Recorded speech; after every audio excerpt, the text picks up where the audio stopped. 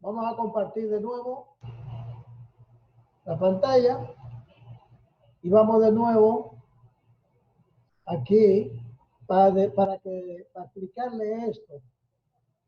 El calcio, mire, el calcio está en la segunda columna de la tabla periódica. Miren acá. Entonces, el calcio está aquí. Ustedes. Después lo vamos a ver en la tabla periódica, porque ustedes no hemos dado la tabla periódica, lo vamos a dar en detalle. ¿Okay? El calcio está en la segunda columna.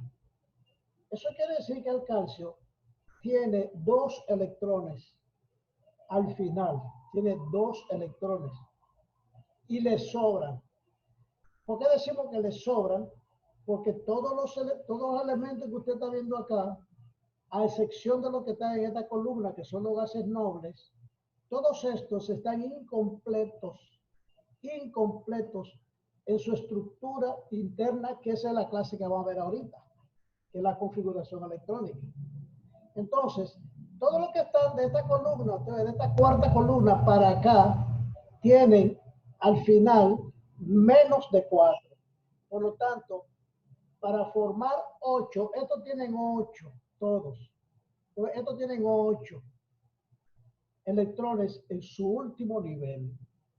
Y estos de aquí para acá, de ahí esa columna para acá, tienen menos de 4. Por lo tanto, esto, para completar los 8, le faltarían 5 o más. Entonces es más fácil que ellos den esos electrones a que le den 5. O sea, el que tiene 2, como este que está acá, para formar 8 igual que esto, es más fácil que él dé esos 2 y se quede igual que este, que es el anterior, a que le den 6. Entonces, como le sobra, se dice que tiene más 2. Y lo que están de aquí para allá, mire, de aquí para allá, de aquí para allá, todos tienen más de 4 en su último nivel. Por ejemplo, este tiene 5, este tiene 6, este tiene 7. Entonces, estos que están acá, que tienen 6, le faltan 2 para 8. Entonces, ellos no van a dar 6 para llegar a 8. A ellos hay que darle 2. Y como le van a dar 2 electrones y los electrones son negativos, entonces tiene menos 2. O es mejor decir que le faltan 2 para 8 y a este le sobran 2 para 8. ¿Ok? Entonces, ¿qué pasa? Que el calcio tiene que dar 2 electrones. 2. Si nosotros vemos aquí, si vemos acá, el calcio que está acá tiene que dar 2 electrones. Y el OH, un OH, mire, un solo OH tiene oxígeno e hidrógeno. El oxígeno está en la sexta columna, por lo tanto, le faltan 2. Y el hidrógeno está en la primera columna, por lo tanto, le sobra 1. Este tiene menos 2 y este tiene más 1. Entre los dos queda un menos 1. Menos 2 más 1 le da menos 1. Y menos 1 por 2 da menos 2. Y este tiene más 2. Por eso necesita 2 de estos. Pero eso lo vamos a ver después, porque ustedes no van a captar eso y no lo vamos a seguir explicando. ¿Ok? Como eso no se va a seguir explicando, mejor lo dejamos así. ¿Ok? Muy bien, ahora vamos a la estructura del átomo. Miren, el asunto es que todas las materias están formadas por átomos. Entonces, antes de ver esto, yo quiero compartir con ustedes un video sobre los modelos atómicos. ¿Qué son los modelos atómicos? Y eso hay una tarea que usted que está en la plataforma, que ya yo se la puse, yo les dije lo que tienen que hacer, ¿ok? Para ustedes subirla de aquí al próximo jueves a la plataforma. Es una tarea. Eso tiene notas. Recuérdense, todas las tareas van a tener notas, ¿ok? Entonces, los modelos es lo que pensaban los científicos que era la materia antes. Entonces descubrieron que la parte más pequeña era un átomo. Entonces se pensaba que ya el átomo no se podía dividir más. Por eso se llama átomo. No se divide. Átomo. O sea, no es a, un prefijo negativo, y tomo es división. Es decir, no se divide. Entonces, como no se divide el átomo, comenzó a pensarse cómo era eso por dentro. Y toda esta gente propuso modelos. Dalton propuso un modelo, Thomson propuso un modelo, Rutherford propuso otro modelo, ¿ok? Hicieron experimentos de cómo se podía estudiar el átomo y Bohr hizo otro modelo, Sommerfeld hizo otro modelo y hay muchos modelos. Entonces vamos a ver ahora un video que está en la plataforma que le va a ayudar a ustedes a hacer la tarea. Pero nosotros no vamos a explicar aquí los modelos atómicos. Ustedes lo van a estudiar los modelos atómicos, pero nosotros vamos a comenzar un tema nuevo que es la configuración electrónica, que es una técnica para saber dónde están los electrones dentro del átomo. ¿Ves? ¿Dónde están los electrones? Están así formando una nube. Entonces, a partir de ahí, nosotros vamos a ver este tema que se llama configuración electrónica. ¿Ok? Y ustedes van a estudiar esta parte. Vamos a la plataforma y vamos a buscar ese video para ir a la plataforma. Creo que vamos a necesitar, déjenme ver una cosa. Ah, no, está aquí. Vamos a ver el video de la plataforma que no nos permitió usar el Jitsi. Bueno, nosotros hacemos lo que podemos, ¿verdad que sí? Vamos a entrar por aquí, que me está bloqueando un poco. Ok, vamos a entrar entonces a ver este pequeño videíto de los modelos atómicos. Ok.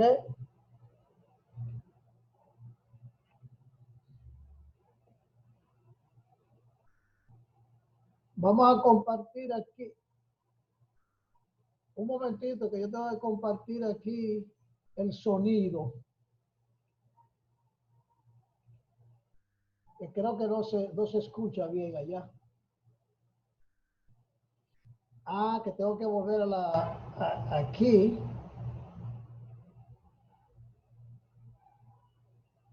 Un momentito, que tengo. Ah, aquí. Compartir el sonido, porque si no, no van a escuchar. Ok, vamos a ver este video, es corto, ustedes tienen 2 minutos.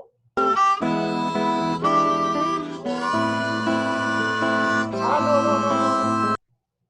Perdón, que eso no es de aquí, eso no es de aquí.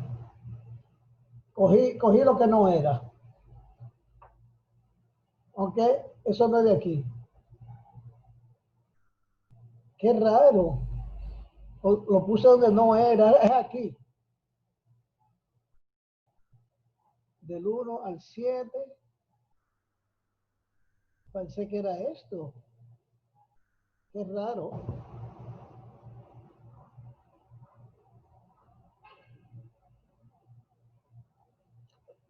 Lo que pasa es que yo estaba trabajando con el de laboratorio y le puse el de laboratorio.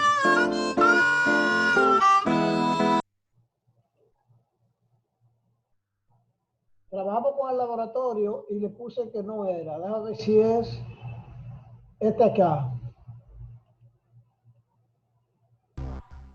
En este video haremos un repaso cronológico de los avances más significativos en el conocimiento del átomo y su estructura, desde los griegos hasta nuestros días. Así que quédate hasta el final y no olvides suscribirte.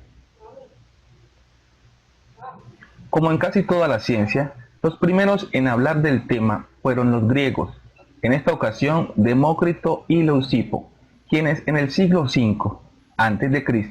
fueron los primeros en mencionar la palabra átomo, que significa indestructible o indivisible. Para estos filósofos, los átomos son indivisibles y eternos. Son sólidos. Entre los átomos solo existe el vacío. Los átomos de diferentes cuerpos difieren entre sí por su forma, tamaño y distribución espacial. Y las propiedades de la materia varían según el tipo de átomos y cómo estén agrupados. Sin embargo, esta teoría no fue muy aceptada por otros filósofos como Aristóteles y Platón. De todas maneras, desde aquella época conocemos la palabra átomo. Así que, gracias Demócrito y Leucipo. Mucho, pero muchísimo tiempo después, por allá en 1805, para que te hagas una idea, en ese tiempo ya se había descubierto el hidrógeno, el oxígeno, la ley de la conservación de la masa, la ley de los gases ideales, entre otros. El inglés John Dalton publicó su teoría atómica, en la cual postulaba lo siguiente: los elementos están formados por partículas extremadamente pequeñas llamadas átomos. Todos los átomos de un mismo elemento son idénticos, tienen igual tamaño, masa y propiedades químicas. Los átomos de un elemento son diferentes a los átomos de todos los demás elementos. Los compuestos están formados por átomos de más de un elemento. En cualquier compuesto, la relación del número de átomos entre dos de los elementos presentes siempre es un número entero o una fracción sencilla. Y por último, una reacción química implica solo la separación, combinación o reordenamiento de los átomos. Nunca supone la creación o destrucción de los mismos. Sin embargo, una serie de investigaciones iniciadas aproximadamente en 1850 y que continuaron hasta el siglo XX demostraron claramente que los átomos tienen una estructura interna, es decir, que están formados por partículas aún más pequeñas, llamadas partículas subatómicas. Estas investigaciones condujeron al descubrimiento de tres partículas: electrones, protones y neutrones. Algunos inventos también fueron muy útiles para conocer la estructura del átomo, como por ejemplo el tubo de rayos catódicos. El tubo de rayos catódicos, abuelo de los tubos utilizados posteriormente en los televisores, es un tubo de vidrio del cual se ha evacuado casi todo el aire. Consta de dos placas metálicas conectadas a una fuente de alto voltaje. La placa con carga negativa se llama cátodo y emite un rayo invisible. Este rayo catódico se dirige hacia la placa con carga positiva, llamada ánodo, que pasa por una perforación y continúa su trayectoria hasta el otro extremo. Cuando dicho rayo alcanza la superficie recubierta de una manera especial, produce una fuerte fluorescencia o luz brillante. En algunos experimentos se colocaron por fuera del tubo de rayos catódicos dos placas cargadas eléctricamente y un electroimán. Cuando se conecta el campo magnético y el campo eléctrico permanece desconectado, los rayos catódicos alcanzan el punto A del tubo. Cuando tanto el campo magnético como el eléctrico están desconectados, o bien cuando ambos están conectados pero se balancean de forma que se cancelan mutuamente, los rayos alcanzan el punto B. Cuando está conectado solamente el campo eléctrico, los rayos llegan al punto C. J. Thomson estableció en 1895 que dichos rayos catódicos eran en realidad partículas, mucho más pequeñas que el átomo de hidrógeno y con carga negativa, que recibieron el nombre de electrones. En esta animación nos podemos hacer una idea del experimento de Thomson. En la primera parte podemos observar cómo los rayos parten desde el cátodo hacia el ánodo, sin ninguna perturbación. Ahora observamos que al tener una fuerza electromagnética del mismo tipo, el rayo se desvía respondiendo a las fuerzas de repulsión que solo pueden tener las partículas. Y por último, notamos que el rayo se desvía acercándose al campo electromagnético de carga contraria, confirmando que se comporta como una partícula que sigue las leyes de la atracción de los cuerpos con cargas diferentes. Thomson concluyó que, debido a que los rayos catódicos son atraídos por la placa con carga positiva y repelidos por la placa con carga negativa, deben consistir en partículas con carga negativa, a las que llamó electrones. Thomson propuso un modelo en el cual la parte positiva del átomo se hallaba distribuida uniformemente por todo el volumen de este, mientras los electrones se hallaban inmersos en esta matriz de carga positiva, como las pasas de un pudín. Por la misma época, Eugene Goldstein realizó algunas modificaciones al diseño inicial de tubos de rayos catódicos. El nuevo dispositivo tenía el cátodo perforado y el tubo, en lugar de vacío, contenía diferentes gases. Observó que detrás del cátodo se producía otro tipo de resplandor proveniente del ánodo, por lo que dedujo que los nuevos rayos poseían carga positiva. Posteriormente fueron bautizados como protones. Con este nuevo descubrimiento ya quedaba más que confirmado que Demócrito, Leucipo y Dalton estaban equivocados al decir que el átomo era indivisible, ya que estaba conformado por partículas subatómicas llamadas electrones con carga negativa y protones con carga positiva.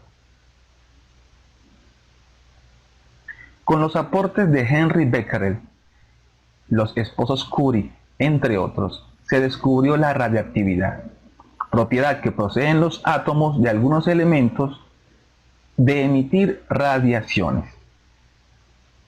Algunas de estas radiaciones pueden ser alfa, con carga positiva, o sea, protones, beta, con carga negativa, electrones, y gamma, sin carga, y formadas por partículas que no se desviaban por la presencia de campos eléctricos. Luego debían ser neutras, por lo que se les llamó neutrones.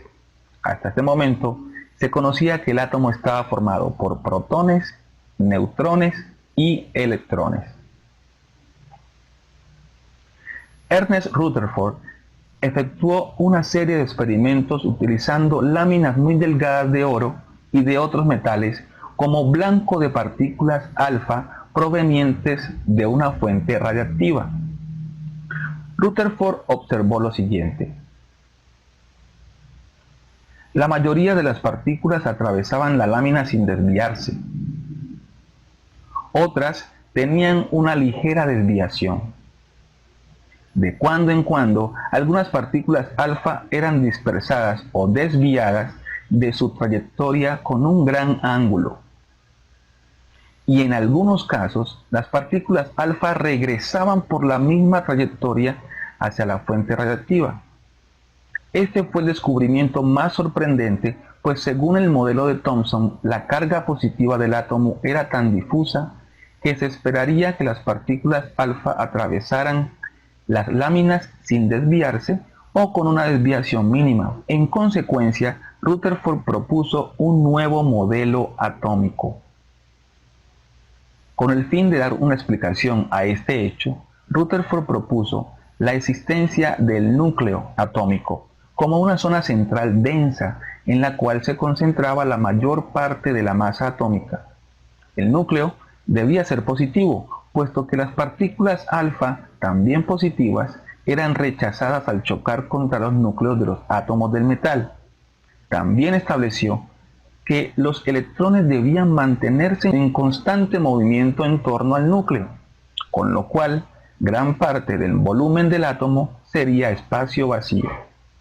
Pero algo no cuadraba en este nuevo modelo. Según la física clásica, toda partícula acelerada, como es el caso de un electrón girando alrededor del núcleo de un átomo, emite energía en la forma de radiaciones electromagnéticas. En consecuencia, el electrón debería perder energía continuamente hasta terminar precipitándose sobre el núcleo, dando lugar a un colapso atómico, algo así como esto.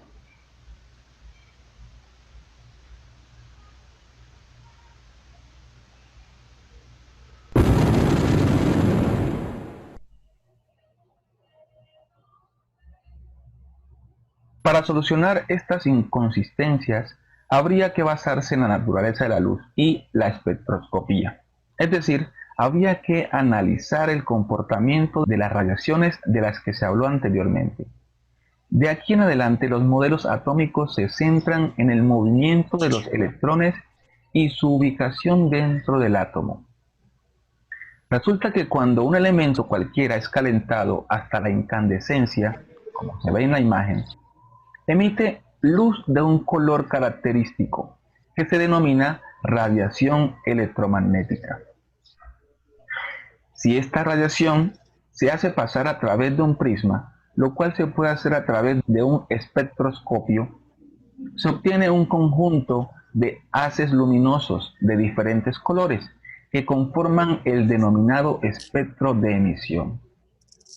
Cada elemento produce un espectro de emisión distinto, que es como una huella digital. Con el fin de dar solución a las inconsistencias que presentaba el modelo atómico de Rutherford, el físico danés Niels Bohr propuso en 1913 que los electrones deberían moverse alrededor del núcleo, similar a como lo hacen los planetas alrededor del Sol, a gran velocidad y siguiendo órbitas bien definidas, determinadas por cantidades de energía fijas, llamadas cuantos. A las órbitas mencionadas por Bohr se les llamó posteriormente niveles de energía. Bohr también estableció que cuando un átomo absorbe o emite energía en forma de radiación, los electrones a su alrededor son promovidos de una órbita a otra. Si un electrón absorbe energía, pasa a una órbita mayor, alejándose del núcleo. Al emitir luego esta energía, desciende a un estado menor, más cerca del núcleo. No obstante, Bohr no era claro al explicar por qué eran posibles solo ciertas órbitas y por qué había discrepancias tan grandes entre las órbitas de diferentes átomos. Arnold Sommerfeld, físico alemán, propuso en 1916 una ligera modificación al modelo de Bohr, según la cual existían órbitas elípticas, además de circulares, permitiendo la existencia de niveles y subniveles de energía, es decir, ciertas regiones dentro de los niveles de energía donde les era permitido moverse a los electrones. En 1926, Erwin Schrödinger describió el comportamiento del electrón en un átomo en términos probabilísticos. Schrödinger consideró que la trayectoria definida del electrón según Bohr debe sustituirse por la probabilidad de hallarlo en una zona del espacio periférico al núcleo atómico, tal como sugería el principio de incertidumbre de Heisenberg, quien decía que no es posible conocer al mismo tiempo la posición y la velocidad de un electrón. Con esto se cambiaba la palabra órbita por la palabra orbital, ya que una órbita es la trayectoria que describe un objeto físico alrededor de otro, mientras que un orbital se define como una zona donde probablemente se encuentre un electrón en movimiento. Es así como, después de todo este recorrido, llegamos al modelo atómico actual. Hoy se puede decir que el átomo es la partícula principal de la materia, que todo lo que existe está conformado por átomos, que los átomos están conformados por un núcleo donde se encuentran los protones y los neutrones, y que estos aportan el 99.9% de la masa del mismo. Y además contienen una nube electrónica donde se hallan en constante movimiento los electrones, ubicados en diferentes niveles, subniveles y órbitas cuantizadas. Espero que hayan disfrutado de este camino tanto como yo haciendo este video. Si fue así, no olviden darle pulgar arriba al video y sobre todo suscribirse al canal. Recuerden que yo soy Yamil Córdoba y esto es Química desde cero. Y así llegamos al final de este video. Si te gustó,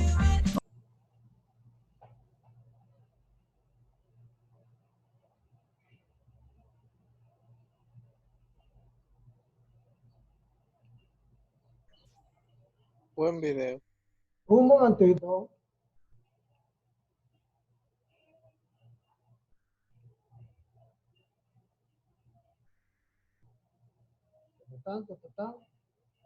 Vamos a dejar de compartir. Para ponernos aquí, vamos a volver a compartir ahora. Bueno, eso que acabamos de ver. Ok. Eso que acabamos de ver es una idea de los modelos atómicos. ¿Ok? En la plataforma usted tiene una tarea que es un resumen de los modelos atómicos, comenzando por el primero hasta el último.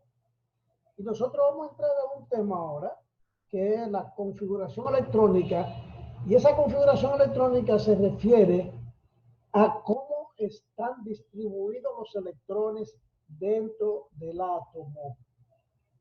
Entonces, dentro del átomo, los electrones están con cierta organización, pero ustedes recuerdan que ellos dijeron que lo último que sabemos del átomo es que los electrones no se mueven en una órbita. Una órbita sería siempre la misma, como haciendo un círculo donde mismo, ¿verdad? Sino un orbital. Vamos a explicar lo que es un orbital. Usted lo va a entender enseguida. Usted coge una vejiga y la sopla, una vejiga, la sopla no mucho, ¿verdad? Esas que son medio alargaditas, así. Y usted le hace la tuerce así y la dobla, que se unan en el medio. ¿Verdad? Usted la dobla así y se quedan dos vejiguitas unidas en el medio. Pero pues esas dos vejiguitas juntas son un orbital. O sea, un orbital es un lugar por donde puede estar el electrón. En cualquiera de esas partes puede estar el electrón. No en un círculo, sino en un círculo que va haciendo así, que va cambiando de sitio, que va cambiando de sitio, que hace un orbital que forma una especie como de vejiga doble, donde se puede encontrar ese electrón. Pero no solamente eso, que los electrones están distribuidos de acuerdo a un valor energético alrededor del átomo. Para entenderlo, vamos a hacer un experimento mental, pero que ya ustedes lo han hecho físicamente, se van a recordar de una vez. Todos nosotros hemos agarrado una piedrecita a un pequeño, a una soguita. Todos lo hemos hecho eso. Entonces, si usted amarra una piedra a una soguita, mire, esto se va a cerrar en 10 minutos. Ustedes van a volver, ¿ok? Cuando se cierre, van a volver. Cuando usted coge una soguita en una piedra y le da vuelta, usted tiene que hacer una fuerza para darle vuelta, ¿verdad que sí? Ok, entonces, si usted le suelta un poquito más de soga, la soga un poquito más larga, usted va a hacer la misma fuerza, menos fuerza o mayor fuerza para darle vuelta. Si la soga fuerza. Mayor fuerza no sería. Mayor fuerza. Porque claro, porque está más distancia. Está más distancia. Si fuera cortita, usted le hace así facilito, le da la vuelta, ¿verdad? Pero si es larga, tiene que darle una lucha para darle la vuelta. ¿Qué significa eso? Que la piedrecita, mientras más lejos está de tu mano, más energía lleva. Más energía tiene si está girando. O sea, mientras más energía tiene, más lejos está. O vamos a decirlo al revés. Mientras más lejos está, para mantenerse en órbita tiene que tener mayor energía. ¿Ok? Entonces la energía, esa distancia a que está del núcleo, podemos decir entonces que los electrones, mientras más cerca del núcleo, menos energía tienen. Mientras más cerca del núcleo, menos energía tienen. Y como todos los electrones están distribuidos en ese espacio, en ese volumen, formamos una nube alrededor del centro, entonces ya sabemos que mientras más cerca del núcleo va a haber mayor cantidad de electrones y mientras más lejos va a haber menor cantidad de electrones. O sea, va a estar más concentrado, ¿verdad? Entonces va a formar una nube. Y esa nube vamos a utilizar un concepto de configuración electrónica, que es una técnica, un método para determinar la posición más probable de un electrón dentro del átomo. Y para eso se usan 4 números que se llaman números cuánticos. O sea, la energía es un quantum, pero la energía no tiene una sola forma. La energía tiene muchas formas. Ya usted sabe que la energía puede ser cinética, puede ser potencial, o sea, la energía puede ser magnética, ¿ok? Y la energía puede ser un vector de una orientación, ¿ok? Entonces, esos 4 números cuánticos que vamos a ver ahora son para determinar la posición de los electrones dentro del átomo. Se llama configuración electrónica. Entonces vamos a compartir el folleto que tiene la parte de la configuración electrónica. Vamos a ir viendo al mismo tiempo la tabla y vamos a ir viendo también un dibujo que yo tengo en una pizarra para que ustedes vayan entendiendo. ¿Ok? Para que vayan entendiendo. Vamos a ver primero el folleto. Vamos a darle a compartir otra vez. Y vamos a ver el folleto. Entonces, una cosa, antes de seguir allá. Cuando ustedes vean los modelos y vean la tarea que tienen que hacer, yo quiero que ustedes me llenen esta tablita que está acá. Esa tablita, ustedes ven acá. Esto es el número atómico. Esta es la A, número atómico. Como es, perdón, masa atómica. Masa atómica. Esto es número atómico o número de protones. Este número, perdón, número de electrones, número de protones, masa atómica y número de neutrones. Esos son, mire, oigan bien. Usted va a tener masa atómica, protones, electrones y neutrones. Entonces, además de la masa atómica, tenemos el número atómico. Masa atómica, número atómico, protones, electrones y neutrones. Eso hay que explicarlo lo que ustedes van a hacer. ¿Ok? Vamos a cambiar esos 10 que están ahí. Esos 10 elementos que están ahí. ¿Ok? Que son los primeros 10 de la tabla periódica. Y lo van a quitar, van a poner otros. Lo que ustedes quieran van a poner ahí. Y me van a poner, de esto que está aquí, su masa atómica. Pero oigan bien, esa masa atómica es redondeada. O sea, que si usted tiene aquí masa atómica 63.56, tiene que poner 64. ¿Usted lo está viendo? Si aquí tiene 114.8, tiene que poner 115. Si aquí tiene 101.07, tiene que poner 101. Aquí dice 95.96, tiene que poner 96. O sea, la masa atómica es un número entero, redondeado. ¿Ok? Redondeado. Esto que está aquí es el número atómico. Ese número atómico en la tabla periódica es este numerito 1, 2, 3, 4, 5, 6, 7, 8, 9, 10. ¿Usted ve? Ese numerito que está acá, ese numerito que está aquí, es el número atómico. Entonces, en esta tarea usted va a buscar la masa atómica redondeada y aquí va a poner el número atómico. Número atómico. ¿Ok? Entonces, fíjense que los protones es igual al número atómico. Y los electrones son igual a los protones, pero negativos. ¿Ok? Y estos son los neutrones. Y recuerden en el modelo que la masa atómica era igual a los protones que están en el núcleo más los neutrones que están en el núcleo. ¿Ok? Pero este numerito no aparece en ninguna parte. Usted va a tener que calcularlo. ¿Cómo lo calcula? A la masa atómica le restan los protones y tiene este. O sea, este es 16 menos 8, 8. 20 menos 10, 10. 4 menos 2, 2. 9 menos 4, 5. O sea, este hay que calcularlo. Entonces yo quiero que ustedes pongan aquí 10 elementos, lo que ustedes quieran de la tabla periódica. Usted elige 10 y me va a hacer esa tablita. Va a buscar su masa atómica, que es, oigan bien, la masa atómica es este número que está acá a la derecha, redondeado. Ese que está aquí, redondeado. ¿Usted ve? Este es el número atómico. Entonces, aquí no está en ninguna parte los neutrones. Entonces, ustedes van a tener que llenar esta columna. Estas son muy fáciles. Esta es masa atómica, número atómica, y estas dos son iguales porque son protones y electrones, que son iguales siempre, que son iguales al número atómico. Entonces, esta la tiene que calcular con esta menos esta. ¿Ok? ¿Se entendió, verdad? Sí, yo sé que sí.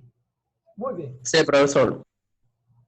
Anote, tome nota para que después no diga, se lo voy a poner en la tabla porque eso es una tareita también. Se lo voy a poner al plataforma porque es una tareita y tiene puntos. O sea, vayan ganando puntos. ¿Ok? Muy bien, vamos a ver lo que es la configuración electrónica. Es una teoría que establece la posición de los electrones dentro del átomo utilizando lo que llamamos números cuánticos, que son cuatro números cuánticos. ¿Ok? 4 números cuánticos. El primer número cuántico son niveles o capas. Niveles o capas. Los electrones están distribuidos por niveles. ¿Cuántos electrones hay en cada nivel? Entonces, miren la tabla periódica. En la tabla periódica hay este numerito que dice 1, 2, 3, 4, 5, 6 y 7. ¿Usted ve? Esos son los 7 niveles donde están distribuidos los electrones. Los 7 niveles. Entonces, el primer nivel, que usted ve, este y este, tiene 2 electrones. Usted ve, porque nada más tiene 2 elementos. El segundo nivel tiene 8, que son este más este. El tercer nivel ya tiene 18, que son esto que está acá más esto, porque este que está aquí está en el tercer nivel. Estos 10 que están aquí están en el tercer nivel. Este que está acá.